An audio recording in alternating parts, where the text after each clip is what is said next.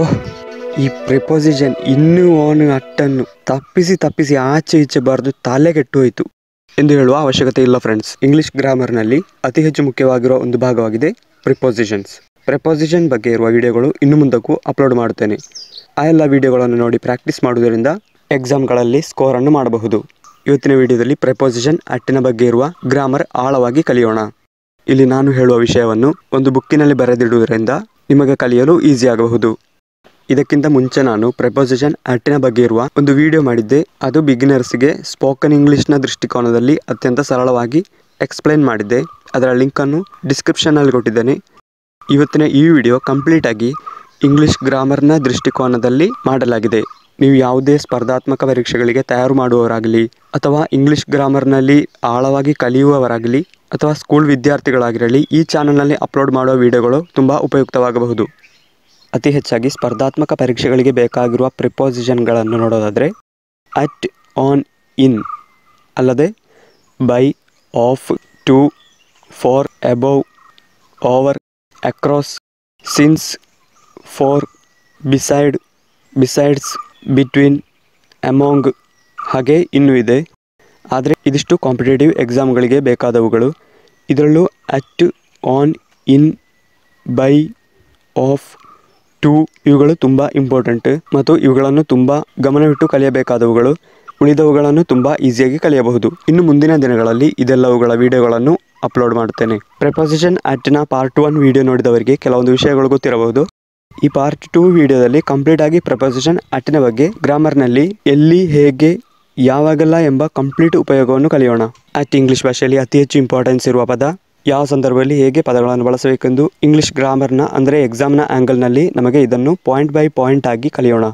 Point 1, home, hostel, work ಇವುಗಳ ಜೊತೆ ಯಾವಾಗಲೂ ಅಟ್ ಬರುತ್ತದೆ. At home, at hostel, at work. Examples: Ramesh, Ravi is not at home. Ramesh, Ravi ಮನೆಯಲ್ಲಿ ಇಲ್ಲ. Ramesh, Ravi is not at home. At home. I was not at home when it starts raining. ನಾನು ಮನೆಯಲ್ಲಿರಲಿಲ್ಲ. ಯಾವಾಗ ಅಂದರೆ ಮಳೆ ಬರಲು ಶುರುವಾದಾಗ. ನಾನು ಮನೆಯಲ್ಲಿರಲಿಲ್ಲ. I was not at home when it starts raining. I was not at the hostel when it starts raining. ಮಳೆ ಬರಲು ಶುರುವಾದಾಗ ನಾನು ಹಾಸ್ಟೆಲ್ನಲ್ಲಿ ಇರಲಿಲ್ಲ. ಇಲ್ಲಿ at hostel. Ramesh, I can't handle the stress at work. Ramesha, ನನಗೆ ಕೆಲಸದ ಒತ್ತಡ ಸಹಿಸಲು ಸಾಧ್ಯವಿಲ್ಲ ಅಥವಾ ನಿಭಾಯಿಸಲು ಸಾಧ್ಯವಿಲ್ಲ. ರಮೇಶ, ನನಗೆ ಕೆಲಸದ ಒತ್ತಡವನ್ನು ಸಹಿಸಲು ಸಾಧ್ಯವಿಲ್ಲ. Ramesh, I can't handle the stress at work. At work. Shankar doesn't have any friends at work. Shankar does not have any friends at work. At work. ಶಂಕರನಿಗೆ ಕೆಲಸ ಮಾಡುವಲ್ಲಿ ಯಾವುದೇ ಸ್ನೇಹಿತ ಇಲ್ಲ. Second point, station. Railway station, police station, bus station, airport. Railway station, police station, bus station, airport. ಈ 4 ಸಂದರ್ಭದಲ್ಲಿ fixed preposition at ಬರುತ್ತದೆ. Sentence ನೋಡೋಣ. I was at the airport when you call me. I was at the airport when you call me. At the airport. ನೀನು ನನ್ನನ್ನು ಕರೆ ಮಾಡಿದಾಗ ನಾನು ಏರ್ಪೋರ್ಟ್ನಲ್ಲಿದ್ದೆ. He joined us at the airport. He joined us at the airport. ಅವರು ವಿಮಾನ ನಿಲ್ದಾಣದಲ್ಲಿ ನಮ್ಮೊಂದಿಗೆ ಸೇರಿದರು. Rekha is with Ramesh at the railway station. Rekha is with Ramesh at the railway station. Rekha ರಮೇಶನ ಜೊತೆ ಎಲ್ಲಿದ್ದಳು? ರೈಲ್ವೆ ಸ್ಟೇಷನ್ನಲ್ಲಿದ್ದಳು. At the railway station.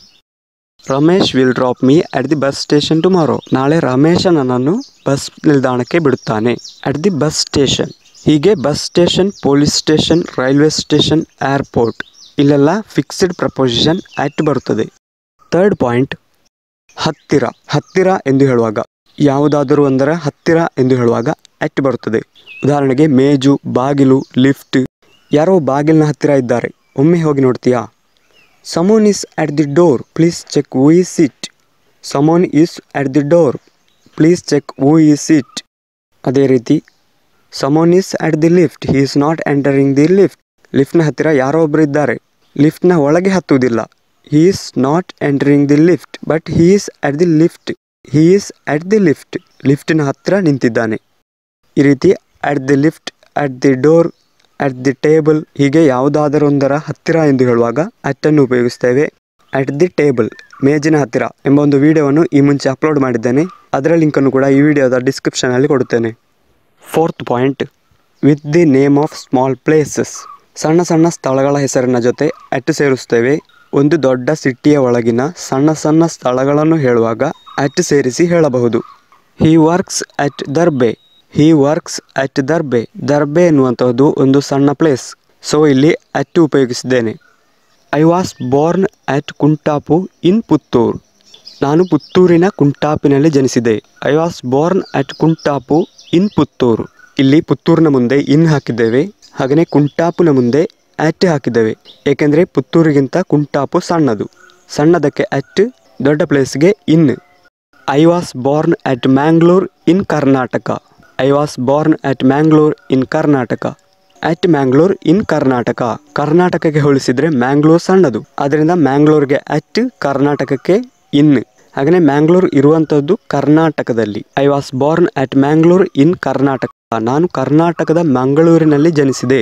ಅದರಿಂದ ದೊಡ್ಡ ದೊಡ್ಡ ನಗರಗಳ ಜೊತೆ ಅಟ್ಟನ್ನು ಉಪಯೋಗಿಸಬಾರದು.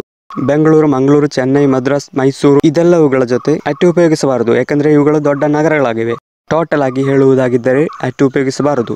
ದೊಡ್ಡ ದೊಡ್ಡ ಸಿಟಿ, ದೇಶ, ರಾಜ್ಯಗಳ ಜೊತೆ ಅಟ್ ಉಪಯೋಗಿಸಬಾರದು. ತುಂಬ ಸ್ಪೆಸಿಫಿಕ್ ಆಗಿ ಹೇಳುವ ಸ್ಮಾಲ್ ಪ್ಲೇಸ್ನ ಮುಂದೆ ಮಾತ್ರ ಅಟ್ ಉಪಯೋಗಿಸಬಹುದು. He leaves at Alanthadka. At Alanthadka. Alanthadka ಎನ್ನುವಂಥ ಒಂದು ಸಣ್ಣ place. I am here at Indiranagar in Bengaluru. ಇಲ್ಲಿ ಬೆಂಗಳೂರಿನ ಮುಂದೆ ಇನ್ ಉಪಯೋಗಿಸಿದ್ದೇವೆ, ಹಾಗೆಯೇ ಇಂದಿರಾನಗರದ ಮುಂದೆ ಅಟ್ ಉಪಯೋಗಿಸಿದ್ದೇವೆ. ಇಲ್ಲಿ ಬೆಂಗಳೂರು ಅನ್ನುವಂಥದ್ದು ಒಂದು ದೊಡ್ಡ ನಗರ, ಅದರ ಒಳಗಿನ ಒಂದು ಪ್ರದೇಶ Indiranagar. I am here at Indiranagar in Bengaluru. Because ನಾವು ಸ್ಪೆಸಿಫಿಕ್ ಆಗಿ ಹೇಳ್ತಾ ಇದ್ದೇವೆ, ನಾನು ಬೆಂಗಳೂರಿನಲ್ಲಿನ ಇಂದಿರಾನಗರದಲ್ಲಿ ಇದ್ದೇನೆ. ಅದೇ ರೀತಿ ಡೆಲ್ಲಿ ಆಗಿದ್ರೆ ನಾವು I am here at central park in Delhi. ನಾವು I am here at central park in Delhi. At central park, at CP, in Delhi. Ram Mohan Roy was born at Radhanagar in West Bengal. Ram Mohan Roy was born at Radhanagar in West Bengal. West ಬೆಂಗಾಲ್ನಲ್ಲಿನ ರಾಧಾನಗರಲ್ಲಿ ಅವರು ಜನಿಸಿದರು. ಇಲ್ಲಿ ನಾವು ಗಮನಿಸಬಹುದು, ರಾಧಾನಗರ್ನ ಮುಂದೆ ಅಟ್, ವೆಸ್ಟ್ ಬೆಂಗಾಲ್ನ ಮುಂದೆ ಇನ್ ಹಾಕಿದ್ದೇವೆ. ಇಲ್ಲಿ ವೆಸ್ಟ್ ಬೆಂಗಾಲ್ ಎನ್ನುವಂಥದ್ದು ಒಂದು ರಾಜ್ಯದ ಹೆಸರು, ಅದರ ಮುಂದೆ ಅಟ್, ಹಾಗೆಯೇ ಆ ರಾಜ್ಯದಲ್ಲಿರುವ ರಾಧಾನಗರ್ನ ಮುಂದೆ ಇನ್ ಹಾಕಿದ್ದೇವೆ.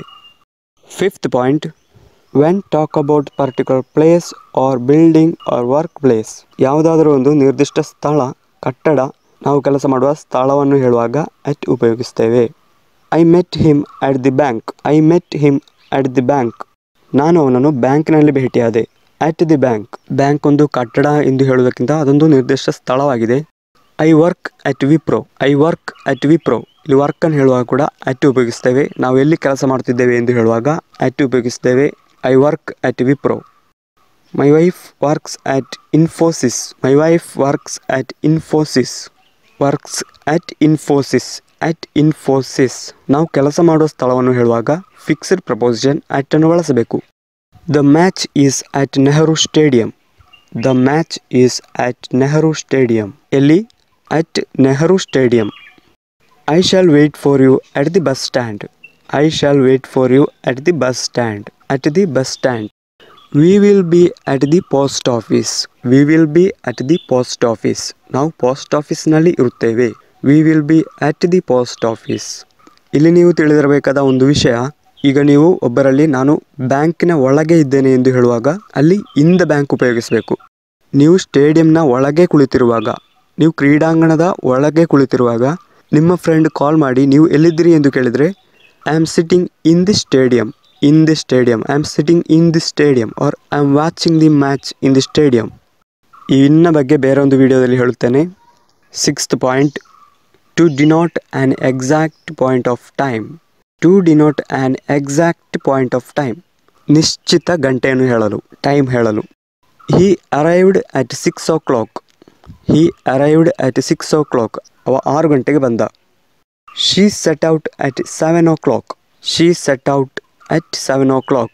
ಅವಳು 7 ಗಂಟೆಗೆ ಹೊರಟಳು. Set out at 7 o'clock. They had lunch at 1 PM. They had lunch at 1 PM. ಅವರು 1 ಗಂಟೆಗೆ ಮಧ್ಯಾಹ್ನದ ಊಟ ಮಾಡಿದರು. ಅವರು 1 ಗಂಟೆಗೆ ಮಧ್ಯಾಹ್ನದ ಊಟ ಮಾಡಿದರು. The train leaves at 4 PM. The train leaves at 4 PM. At 4 PM. I was there at 5 o'clock. I was there at 5 o'clock. ನಾನು 5 ಗಂಟೆಗೆ ಅಲ್ಲಿದ್ದೆ. I was there at 5 o'clock. ಇಲ್ಲೆಲ್ಲ ನಾವು ತುಂಬ ಎಕ್ಸಾಕ್ಟ್ ಆದ ಟೈಮನ್ನು ಹೇಳ್ತಿದ್ದೇವೆ. ಈ ರೀತಿ ಎಕ್ಸಾಕ್ಟ್ ಟೈಮ್ ಹೇಳುವಾಗ ಅಟ್ ಉಪಯೋಗಿಸ್ತೇವೆ.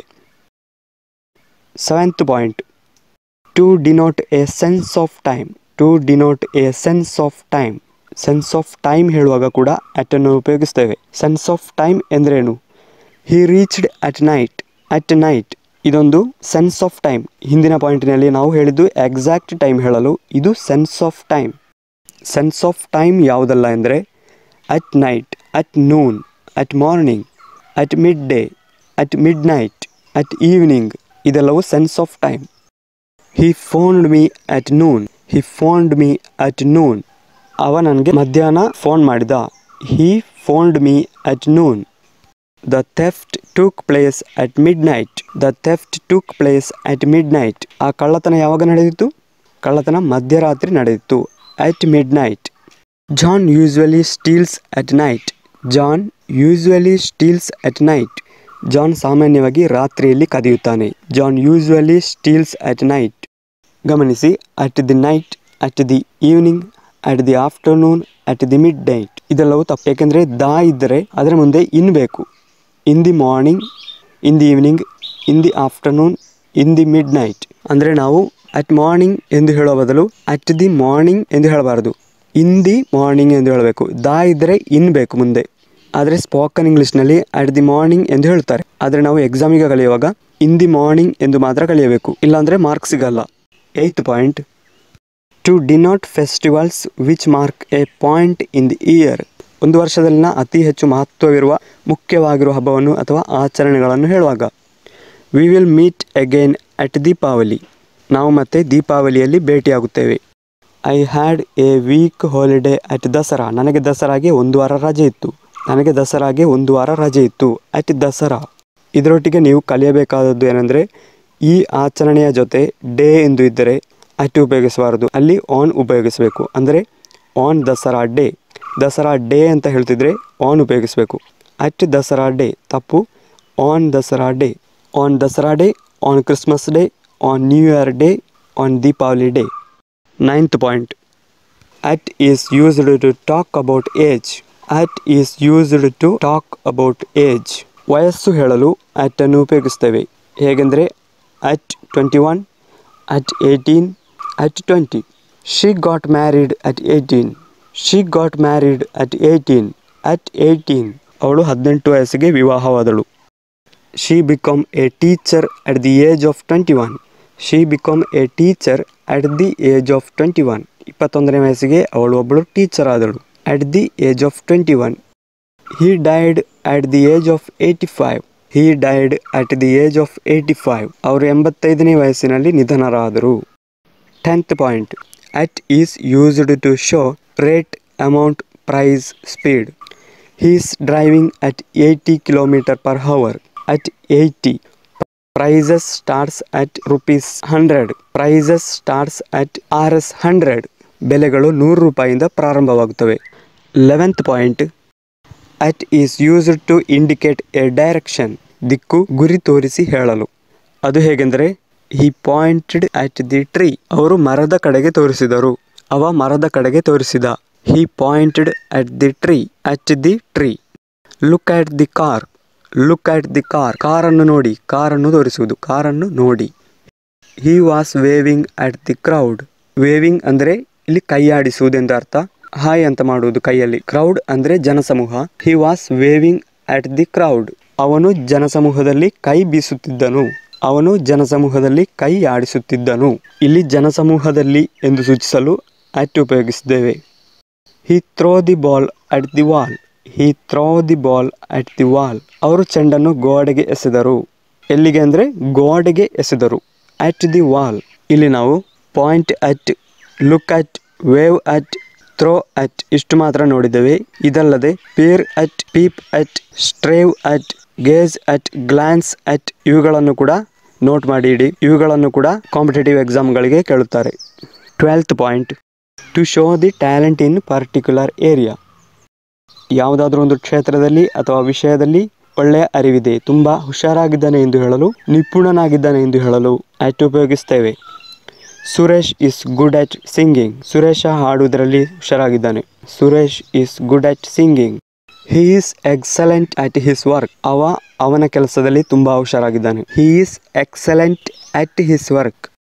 I was never good at sports. ನಾನು ಸ್ಪೋರ್ಟ್ಸಿನಲ್ಲಿ ಹುಷಾರಾಗಿಲ್ಲ. I was never good at sports. She is good at dancing. Good at, excellent at, ಇದೇ ರೀತಿ terrible at, brilliant at, bad at ಇವುಗಳ ಜೊತೆ ಕೂಡ ಅಟ್ ಅನ್ನು ಉಪಯೋಗಿಸ್ತೇವೆ. Point number 13. To denote surprise or reaction. ಆಶ್ಚರ್ಯಕರ ಅಥವಾ ಅನಿರೀಕ್ಷಿತ ಘಟನೆಯನ್ನು ಹೇಳುವಾಗ. I was wondered at the scene. ಇಲ್ಲಿ ವಂಡರ್ಡ್ ಇದೊಂದು ಆಶ್ಚರ್ಯದ ರಿಯಾಕ್ಷನ್ ಹೇಳುವಂಥದ್ದು. ನಾನು ಆ ದೃಶ್ಯದಲ್ಲಿ ಆಶ್ಚರ್ಯಚಕಿತನಾದೆನು. I was amazed at the scene. He was delighted at the news. He was delighted at the news. Wonderful at, delighted at, ಇದೇ ರೀತಿ exclaimed at, horrified at, terrible at, amazed at, shocked at, surprised at, impatient at ಇದೆಲ್ಲವುಗಳ ಜೊತೆ ಕೂಡ at ಬರುತ್ತದೆ. 14th point. At is used with meal times. In the morning at breakfast she revealed the secret. ಬೆಳಗಿನ ಉಪಹಾರದಲ್ಲಿ ಅವಳು ರಹಸ್ಯವನ್ನು ಬಹಿರಂಗಪಡಿಸಿದಳು. In the morning at breakfast she revealed the secret. ಉಪಹಾರದ ಸಂದರ್ಭದಲ್ಲಿ at breakfast. I am sorry the person you want is at lunch. ಕ್ಷಮಿಸಿ, ನಿಮಗೆ ಬೇಕಾದ ವ್ಯಕ್ತಿ ಈಗ ಲಂಚ್ ತಿನ್ನುತ್ತಿದ್ದಾರೆ, ಅಂದರೆ ಊಟ ಮಾಡುತ್ತಿದ್ದಾರೆ. I am sorry the person you want is at lunch. At lunch. What were we talking about at dinner. ಡಿನ್ನರ್ನ ಸಮಯದಲ್ಲಿ ನಾವು ಏನು ಮಾತನಾಡುತ್ತಿದ್ದೆವು. ಈ ರೀತಿ ಡಿನ್ನರ್ನ ಮುಂದೆ, ಲಂಚ್ನ ಮುಂದೆ, ಹಾಗೆಯೇ ಬ್ರೇಕ್ಫಾಸ್ಟ್ನ ಮುಂದೆ ಅಟ್ ಬರುತ್ತದೆ. 15th point. With school, college, universities. ಶಾಲೆಗಳ ಮುಂದೆ, ಕಾಲೇಜುಗಳ ಮುಂದೆ ಮತ್ತು ಯೂನಿವರ್ಸಿಟಿಯ ಮುಂದೆ ಅಟ್ ಬರುತ್ತದೆ. My brother is studying at school. My brother is studying at school. He is at Gajanana school. At Gajanana school. At. They are at Cambridge. They are at Cambridge. ಅವರು ಕ್ಯಾಂಬ್ರಿಡ್ಜ್ನಲ್ಲಿ. ಕ್ಯಾಂಬ್ರಿಡ್ಜ್ ಅನ್ನುವಂಥದ್ದು ಒಂದು ಯೂನಿವರ್ಸಿಟಿ, ವಿಶ್ವವಿದ್ಯಾನಿಲಯ. Divya is at the school. Divya ಶಾಲೆಯಲ್ಲಿದ್ದಾಳೆ. Divya is at the school. Divya is at the college. Point number 16. To talk about events or group activities. ಕಾರ್ಯಕ್ರಮಗಳು ಮತ್ತು ಗುಂಪು ಚಟುವಟಿಕೆಗಳ ಬಗ್ಗೆ ಹೇಳುವಾಗ. We will meet at the seminar. ನಾವು ಸೆಮಿನಾರ್ನಲ್ಲಿ ಭೇಟಿಯಾಗುತ್ತೇವೆ. ಸೆಮಿನಾರ್ ಅನ್ನುವಂಥದ್ದು ಒಂದು group activity. I met him at the party. ನಾನು ಅವರನ್ನು ಪಾರ್ಟಿಯಲ್ಲಿ ಭೇಟಿಯಾದೆ. At the party. See you at the meeting. ನಮಗೆ ಮೀಟಿಂಗ್ನಲ್ಲಿ ಭೇಟಿಯಾಗೋಣ. See you at the meeting. Point number 17. Phrases using at. ಕೆಲವೊಂದು ಫ್ರೇಸಸ್ಗಳ ಜೊತೆ ಕೂಡ ಅಟ್ ಬರುತ್ತದೆ. ಇದನ್ನು ಕೂಡ ನೀವು ಎಕ್ಸಾಮ್ಗಳಿಗೆ ಕಲಿತಿರಬೇಕು. ಅವು ಯಾವುದೆಲ್ಲ ಎಂದು ನೋಡೋಣ. ಅಟ್ ಆಲ್, ಒಮ್ಮೆಯೂ. ನಾಟ್ ಅಟ್ ಆಲ್, ಇಲ್ಲವೇ ಇಲ್ಲ, ಒಮ್ಮೆಯೂ ಇಲ್ಲ. ಅಟ್ ಎನಿ ರೇಟ್, ಎಷ್ಟು ಹಣ ಕೊಟ್ಟು, ಎಷ್ಟು ಬೆಲೆ ಕೊಟ್ಟು. ಅಟ್ ಫಸ್ಟ್, ಮೊದಲಿಗೆ. ಅಟ್ ಲಾಸ್ಟ್, ಅಂತಿಮ. ಅಟ್ ದಿ ಎಂಡ್, ಕೊನೆಯಲ್ಲಿ, ಕೊನೆಯದಾಗಿ. ಅಟ್ ಸಿ, ಸಮುದ್ರದಲ್ಲಿ. ಅಟ್ ದಿ ಲಾಸ್ಟ್ ಮಿನ್ಯೂಟ್, ಅಂತಿಮ ನಿಮಿಷದಲ್ಲಿ. At loose ends, at the stage. ಈ ರೀತಿಯ ಫ್ರೇಸ್ಗಳು ಕೂಡ ಎಕ್ಸಾಮ್ನಲ್ಲಿ ಕಾಣುತ್ತವೆ. Point number 18. Look, stare, shout, smile, laugh ಇವುಗಳ ಜೊತೆ ಅಟ್ ಉಪಯೋಗಿಸ್ತೇವೆ. Look at, stare at, shout at, smile at, laugh at. Look at. He looked at me. ಅವ ನನ್ನನ್ನು ನೋಡಿದ. ಅವ ನನ್ನೆಡೆ ನೋಡಿದ. ಹಿ looked at me strangely. He looked at me strangely. ಅವ ಅಥವಾ ಅವರು ನನ್ನನ್ನು ವಿಚಿತ್ರವಾಗಿ ನೋಡುತ್ತಿದ್ದರು. He looked at me angrily. ಅವರು ನನ್ನನ್ನು ಕೋಪದಿಂದ ನೋಡುತ್ತಿದ್ದರು. ಅವ ನನ್ನನ್ನು ಕೋಪದಿಂದ ನೋಡುತ್ತಿದ್ದ. He looked at me and said. ಅವ ನನ್ನನ್ನು ನೋಡಿದ ಮತ್ತು ಹೇಳಿದ. ನೆಕ್ಸ್ಟ್, ಸ್ಟೇರ್ ಅಟ್ ಅಂದರೆ ದುರುಗುಟ್ಟಿ ನೋಡು. He stared at me. ಅವನು ನನ್ನನ್ನು ದಿಟ್ಟಿಸುತ್ತಿದ್ದನು, ದಿಟ್ಟಿಸಿ ನೋಡುತ್ತಿದ್ದನು. He stared at me. Next, shout at. Shout ಒದರಿಸು. Shout at. He shouted at me. ಅವರು ನನ್ನನ್ನು ಒದರಿಸಿದ್ರು, ಬಿಸಿಯಾದರು, ಗಟ್ಟಿ ಸ್ವರದಲ್ಲಿ ಮಾತನಾಡಿದರು. He shouted at me. Next, smile at ಮುಗುಳ್ನಗು. He smiled at me. He smiled at me. ಅವರು ನನ್ನನ್ನು ನೋಡಿ ಮುಗುಳ್ನಕ್ಕರು. ನೆಕ್ಸ್ಟ್, ಲಾಫ್ ಅಟ್ ಗೇಲಿ ಮಾಡು, ತಮಾಷೆ ಮಾಡು. She is laughing at me. ಅವಳು ನನ್ನನ್ನು ನೋಡಿ ತಮಾಷೆ ಮಾಡುತ್ತಿದ್ದಾಳೆ, ಗೇಲಿ ಮಾಡುತ್ತಿದ್ದಾಳೆ. She is laughing at me. They are laughing at me. ಅವರು ನನ್ನನ್ನು ತಮಾಷೆ ಮಾಡುತ್ತಿದ್ದಾರೆ. ಹಾಗೆಯೇ ಈ ಎಲ್ಲ ಪಾಯಿಂಟ್ಗಳನ್ನು ನೀವೊಂದು ಬುಕ್ನಲ್ಲಿ ನೋಟ್ ಮಾಡಿಡಿ. ಇನ್ನು ಮುಂದಕ್ಕೂ ಉಳಿದ ಪ್ರಿಪೋಸಿಷನ್ಗಳ ಬಗ್ಗೆ ಇರುವ ವಿಡಿಯೋಗಳನ್ನು ಅಪ್ಲೋಡ್ ಮಾಡುತ್ತೇನೆ. ನಿಮಗೆ ಈ ವಿಡಿಯೋ ಇಷ್ಟವಾಗಿದ್ದರೆ ಲೈಕ್ ಮಾಡಿ, ಹಾಗೆಯೇ ಕಮೆಂಟ್ ಮಾಡದಿದ್ದರೆ ಕಮೆಂಟ್ ಮಾಡಿ ಫ್ರೆಂಡ್ಸ್. ಹಾಗೆಯೇ ಇದೇ ರೀತಿಯ ವಿಡಿಯೋಗಳಿಗಾಗಿ ಈ ಚಾನಲನ್ನು ಫಾಲೋ ಮಾಡಿ ಫ್ರೆಂಡ್ಸ್.